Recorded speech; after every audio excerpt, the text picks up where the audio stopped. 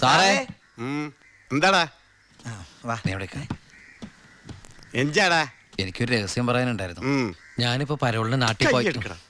അതെ, vigilance and anti corruption ഡിപ്പാർട്ട്മെന്റിലുള്ള എൻ്റെ ഒരു സുഹൃത്തിനെ ഞാൻ കണ്ടു. ആള് പറയാ ജയിലിൽ നടക്കുന്ന അഴിമതികളെ കുറിച്ച് അന്വേഷിക്കാനായിട്ട് അവര് രഹസ്യമായിട്ട് സ്ക്വാഡിനെ ഇവിടെ ഇറക്കിയിട്ടുണ്ടെന്ന്. ഇവിടെ ആ കള്ളത്തരത്തിൽ ചിലരെ ആശുപത്രി കിടത്താൻ കൂട്ടി നിൽക്കുന്നവരൊക്കെ പിടിച്ച് അകത്തിടും അത്രേ.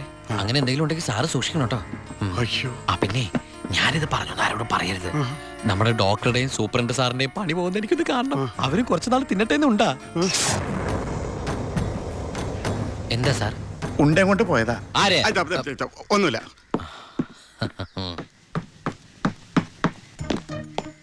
നീ 100 പേര് എണ്ണി തീരുന്നതിന് മുമ്പ് ചിന്നാടൻ ബാബു സെല്ലിലുണ്ടാവും. ചുമ്മാ എണ്ണടോ. 1 2 3. സത്യമാണോടൂ? അതെ സാർ.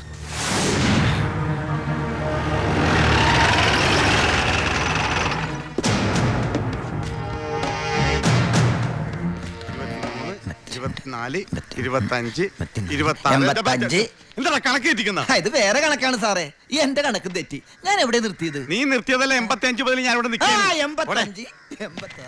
ഞാൻ എവിടെ നിർത്തിയത്? 25 27 28 95 96 97 98 99 100.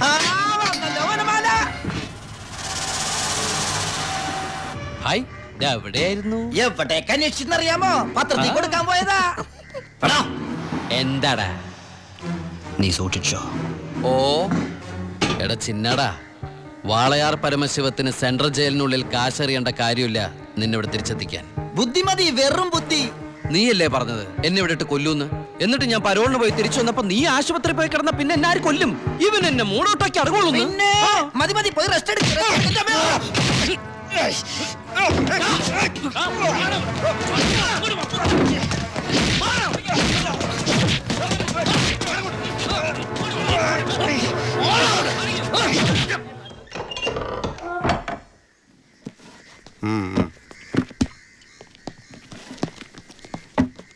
നിന്റെ ആരാടാ ദുബായിലുള്ളത്? ഇടക്കിടക്ക് കത്ത് വരുന്നുണ്ടല്ലോ. നമുക്കുണ്ട് സാറേ ദുബായിലൊക്കെ ഫ്രണ്ട്സുകള്. എനിക്കുണ്ടപ്പോ നിനക്കുണ്ട് ദുബായിൽ ഫ്രണ്ട്സ്. എനിക്കാരുമില്ല. നിന്നോട് ചോദിച്ചില്ല? അല്ല, ചോദിച്ചാൽ തന്നെ പറയാൻ ആരുമില്ലെന്ന് പറഞ്ഞതാ. 2 കത്താ. From Divakaran, jailer, central jail. ഇതൊന്നും നിനക്ക് ദുബായിലൊക്കെ അയച്ച കത്തല്ലേ? എന്തൊന്ന് എഴുതി വെച്ചേക്കണാവോ? എന്തായാലും ഒന്ന് നോക്കിയേക്കാം. പ്രിയപ്പെട്ട എൻ്റെ ഉണ്ണിക്ക്, ഞാൻ ഗോപിയുടെ കൊരങ്ങച്ചൻ കൊച്ചച്ചൻ ജയിലർ ദിവാകരൻ എഴുതുന്ന സ്നേഹത്തോടെയുള്ള കുത്ത്. കുത്തോ? ഈ ജയിലിലെ ശീലം വെച്ച് എഴുതിയായിരിക്കും കുത്തേ. കുത്തും കത്തും തിരിച്ചറിയാത്ത നമ്മൾ തമ്മിൽ നേരിട്ട് പരിചയമില്ലെങ്കിലും എനിക്ക് ഗിഫ്റ്റായിട്ട് DVD, TV, മൊബൈല്, ഇതൊക്കെ അയാളുടെ അപ്പനോടൊന്ന് വയ്ക്കട്ടെ. ബാലുവിന്റെ കത്താ.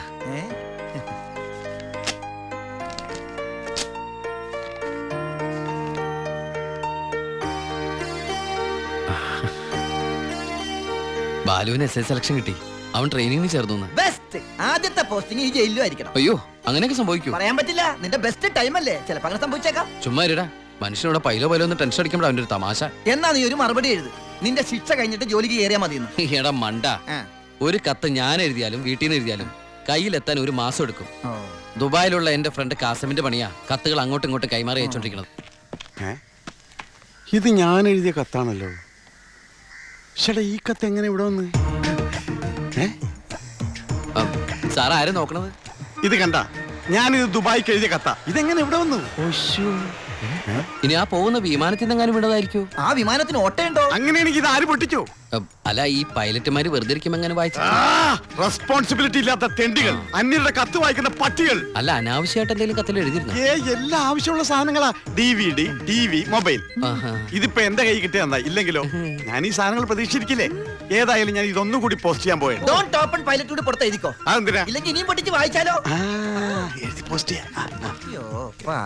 ഈശ്വര, 1 മാസം കൂടി കഴിയുമ്പോ ഈ കത്ത് തന്നെ ഞാൻ ഒന്നുകൂടി വായിക്കേണ്ടി വരുമല്ലോ.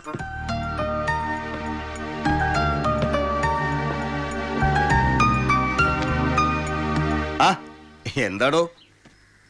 വാ. താൻ പോയി ദിവാകരനോട് വരാൻ പറ. ഇരിക്കടോ.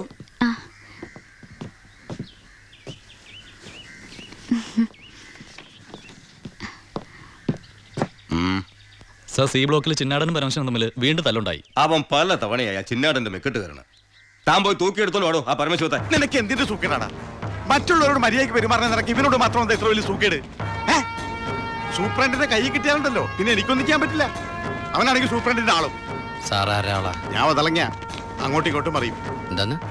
എനിക്കും ജീവിക്കണ്ടോ? അച്ഛന്റെ അസുഖം എങ്ങനെയുണ്ട്? പ്രഷർ പെട്ടെന്നൊന്ന് കൂടി കുഴഞ്ഞു വീണു. ഉടനെ ഇങ്ങോട്ട് കൊണ്ടുവന്നു. ഇവിടെ ഇപ്പോൾ മെഡിക്കൽ കോളേജിൽ അഡ്മിറ്റ് ചെയ്തിരിക്കുക. അതുകൊണ്ട് നേരിട്ട് പറയാൻ വന്നതാ. ഓ ഇങ്ങോട്ട് കൊണ്ടുപോടോ.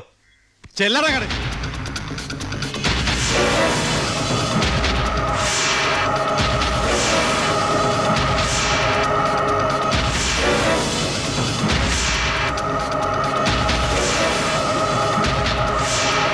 കേറി ചെല്ലടങ്ങട്.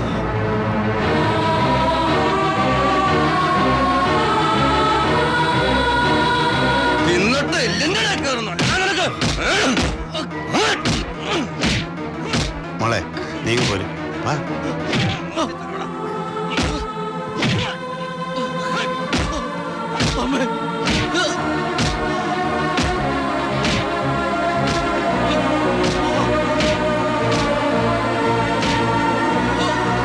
വാ.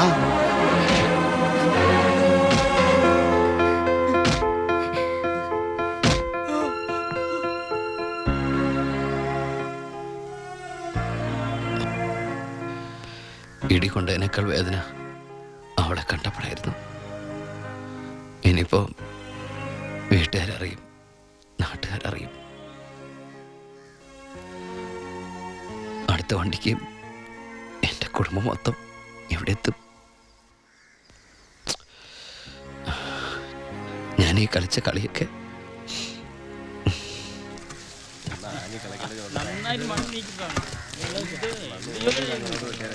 പരമശിവം, നിനക്കൊരു വിസിറ്റർ ഉണ്ട്. വാ. ഈശ്വര, അമ്മയായിരിക്കും.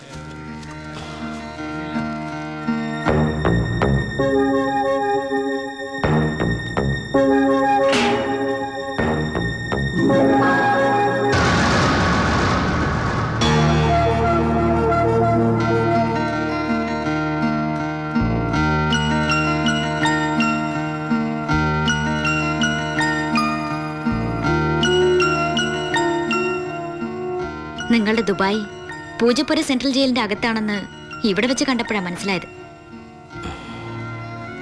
താൻ എന്താ എൻ്റെ അടുത്ത് പറഞ്ഞത്? അന്ധയായ പെൺകുട്ടി തനിക്ക് വേണ്ടി കണ്ണിൽ എണ്ണ ഒഴിച്ച് കാത്തിരിക്കുകയാണെന്ന്. അതും ക്രിസ്ത്യാനി ഷേഖിന്റെ വീട്ടില്, അല്ലേ? അച്ഛനും കൊച്ചച്ഛനും അറിയാതെ ഞാനിവിടെ വന്നത് നിങ്ങളെ കണ്ട് രണ്ട് വർത്താനം പറയാനാ. പാവ അമ്മ മൂത്ത മോനെ കുറിച്ച് പറയുമ്പോ 1000 നാവ. ഒരു കുടുംബം മുഴുവൻ അവിടെ നിങ്ങളെ സ്നേഹിച്ചു കൊല്ലുക. എന്നിട്ട് ഇനി അവരെ ചതിക്കാൻ ഞാൻ സമ്മതിക്കില്ല. എല്ലാവരും അറിയണം. ഞാൻ അറിയിക്കും. അറിയിച്ചോളൂ. കുട്ടി പറഞ്ഞത് ശരിയാ. ഞാൻ എല്ലാവരും പറഞ്ഞു പറ്റിക്കുക, മനഃപൂർവ്വ. പിന്നെ ഞാൻ എന്താ പറയേണ്ടത്? ജയിലിൽ കിടക്കണമെന്നോ? സത്യം പറഞ്ഞ അവരുടെയൊക്കെ സന്തോഷം നശിപ്പിക്കണമായിരുന്നു ഞാൻ. വിശ്വസിക്കാമെങ്കിൽ വിശ്വസിക്കും. ഈ കൈകൊണ്ട് ഞാൻ ആരും കൊന്നിട്ടില്ല. പക്ഷെ കൊലപാതകി എന്ന പേരില് ഞാൻ ഈ ജയിലിൽ കിടക്കുന്ന എൻ്റെ കൂലിയാ മാസം മാസം എൻ്റെ വീട്ടിലെത്തുന്നത്.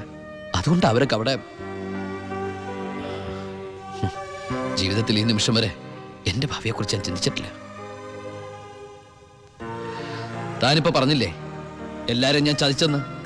പരോളിനിറങ്ങി എനിക്ക് വേണമെങ്കിൽ തന്നെ കല്യാണം കഴിക്കായിരുന്നു. അതിനുശേഷമാണ് താൻ എന്നെ ഇവിടെ വെച്ച് കാണുന്നെങ്കിലോ? ഞാനൊരു ക്രൂരനും കൊലപാതകമായിട്ട് തനിക്ക് തോന്നുന്നുണ്ടെങ്കിൽ പറയാം, എല്ലാം പറയാം, എല്ലാരോടും പറയാം. ഒരു കള്ളക്കഥയുണ്ടാക്കി തന്നെ ഞാൻ വിശ്വസിപ്പിക്കാൻ ശ്രമിച്ചത് തന്നോടുള്ള ഇഷ്ടക്കുറവുണ്ടല്ല, നിന്നെ എനിക്ക് ഒരുപാട് ഇഷ്ടമായതുകൊണ്ടാ.